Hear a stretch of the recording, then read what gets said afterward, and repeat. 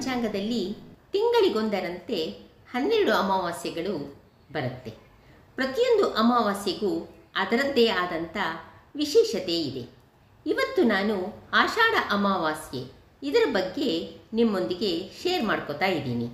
ನಾನು ಡಾಕ್ಟರ್ ಮಂದಾರ ಮಹರ್ಷಿ, ವೈಜ್ಞಾನಿಕ ಜ್ಯೋತಿಷ್ಯ, ವಾಸ್ತು, ಅಂಕಗಣಿತ ಹಾಗೂ ಪರಿಹಾರ ತಜ್ಞೆ.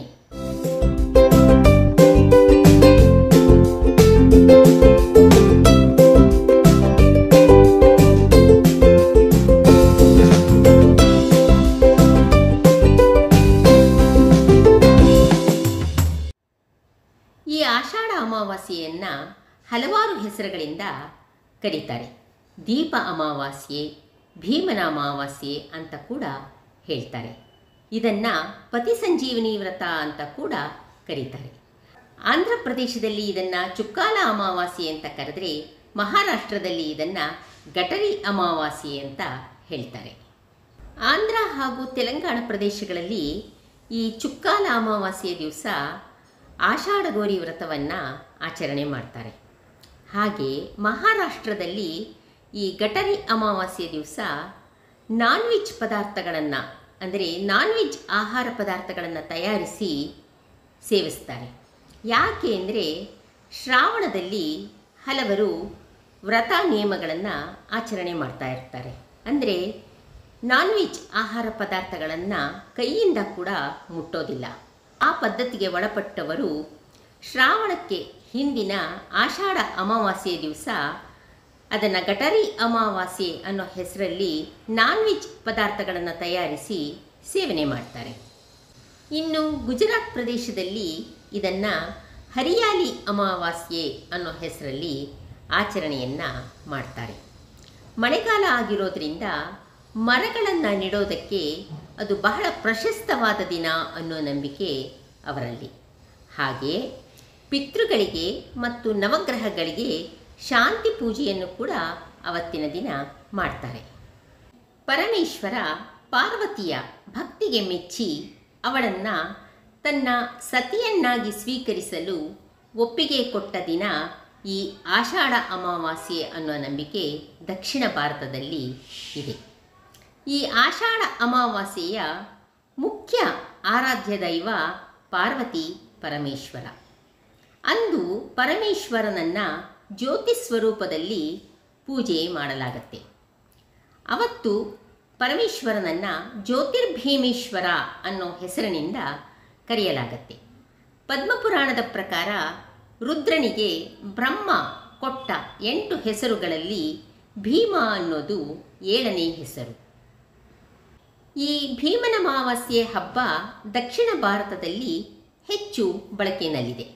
ಅವತ್ತು ಹೆಣ್ಣು ಮಕ್ಕಳು 2 ದೀಪದ ಕಂಬಗಳನ್ನು ಇಟ್ಟು ಅದಕ್ಕೆ ಒಂದು ಅರಿಶಿಣದ ದಾರ, ಆ ಅರಿಶಿಣದ ದಾರಕ್ಕೆ ಹೂವನ್ನು ಕಟ್ಟಿ ಆ ದಾರವನ್ನು 2 ಕಂಬಗಳನ್ನು ಸೇರಿಸಿ ಕಟ್ತಾರೆ.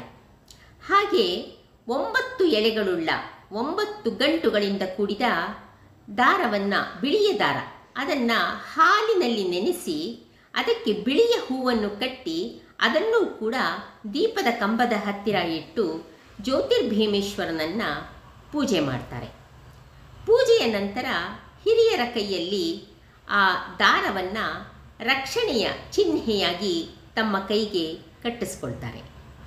ಭೀಮನ ಅಮಾವಾಸ್ಯೆ ದಿನ ಕೈಗೆ ಕಟ್ಟಿದ ದಾರವನ್ನು ಭಾದ್ರಪದ ಶುಕ್ಲ ತದಿಗೆ ಗೌರಿ ಹಬ್ಬದ ದಾರವನ್ನು ವಿಸರ್ಜನೆ ಮಾಡುವ ಸಮಯದಲ್ಲಿ ಅದನ್ನು ಕೂಡ ವಿಸರ್ಜನೆ ಮಾಡ್ತಾರೆ. ಮಹಾಭಾರತದ ಕಾಲದಲ್ಲಿ ಪಾಂಡವರು ಅಜ್ಞಾತವಾಸದಲ್ಲಿ ಇದ್ದಾಗ ಅನೇಕ ಕಷ್ಟ ಕಾರ್ಪಣ್ಯಗಳನ್ನು ಅನುಭವಿಸ್ತಾ ಇರ್ತಾರೆ.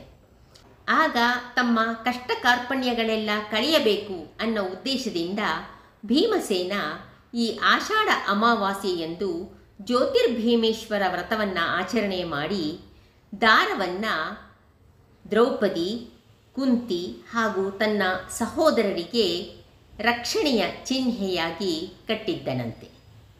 ವಿವಾಹಿತ ಹೆಣ್ಣು ಮಕ್ಕಳು ಪತಿಯ ಆರೋಗ್ಯವರ್ಧನೆಗಾಗಿ ಮದುವೆಯಾದ ವರ್ಷದಿಂದ 9 ವರ್ಷ ಈ ಜ್ಯೋತಿರ್ಭೀಮೇಶ್ವರ ವ್ರತವನ್ನು ಆಚರಣೆ ಮಾಡಿ ನಂತರ ಉದ್ಯಾಪನೆಯನ್ನು ಮಾಡ್ತಾರೆ. ಹಾಗೆ ಅವಿವಾಹಿತ ಹೆಣ್ಣು ಮಕ್ಕಳು ತಮ್ಮ ಇಚ್ಛಾನುಸಾರ ಪತಿ ದೊರೆಯಬೇಕೆನ್ನುವ ಕೋರಿಕೆಯಿಂದ ಈ ಜ್ಯೋತಿರ್ಭೀಮೇಶ್ವರ ವ್ರತವನ್ನು ಆಚರಣೆ ಮಾಡ್ತಾರೆ. ಈ ವ್ರತದ ಇನ್ನೊಂದು ಪ್ರಮುಖವಾದ ಪ್ರಸಂಗ ಅಂದರೆ ಭಂಡಾರ ಒಡೆಯುವುದು. ಅವತ್ತು ಹೆಣ್ಣು ಮಕ್ಕಳು ಹೂರಣ ಹಾಗೂ ನಾಣ್ಯ ತುಂಬಿದ ಕಡುಬನ್ನು ತಯಾರು ಮಾಡ್ತಾರೆ. ಅದೇ ಭಂಡಾರ.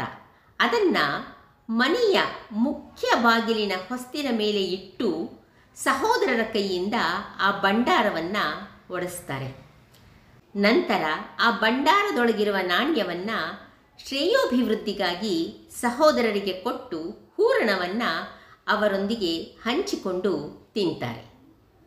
ನಾವು ಚಿಕ್ಕವರಿದ್ದಾಗ ಈ ಹಬ್ಬದ ಆಚರಣೆಗಳನ್ನು ಬಹಳ ಸಂಭ್ರಮದಿಂದ ಆಚರಣೆ ಮಾಡ್ತಾ ಇದ್ವಿ.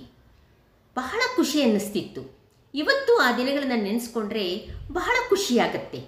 ಆದರೆ ಇವತ್ತಿನ ಈ ಯಾಂತ್ರಿಕ ದಿನಗಳಲ್ಲಿ ಕೆಲವು ಆಚರಣೆಗಳು ನಮ್ಮಿಂದ ಮರೆಯಾಗ್ತಾ ಇವೆ.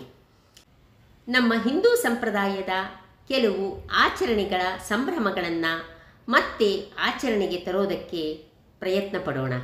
ಈಗಿನ ಮಕ್ಕಳಿಗೂ ಆ ನಮ್ಮ ಸಂಪ್ರದಾಯದ ಪರಿಚಯ ಆಗಬೇಕು.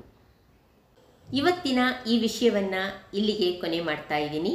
ಈ ವಿಡಿಯೋಗೆ ನಿಮ್ಮದೊಂದು ಲೈಕ್ ಕೊಟ್ಟು ನಿಮ್ಮವರೊಂದಿಗೆ ಶೇರ್ ಮಾಡಿಕೊಡಿ. ಹಾಗೆ ಚಾನಲನ್ನು ತಪ್ಪದೆ ಸಬ್ಸ್ಕ್ರೈಬ್ ಮಾಡಿ ಮತ್ತು ಬೆಲ್ ಐಕಾನ್ ಪ್ರೆಸ್ ಮಾಡೋದನ್ನು ಮರಿಬೇಡಿ. ಮತ್ತೆ ನಿಮ್ಮ ಭೇಟಿ ಇನ್ನೊಂದು ಅಮೂಲ್ಯವಾದ ವಿಷಯದೊಂದಿಗೆ. ಸತ್ಯಂ ಶಿವಂ ಸುಂದರಂ.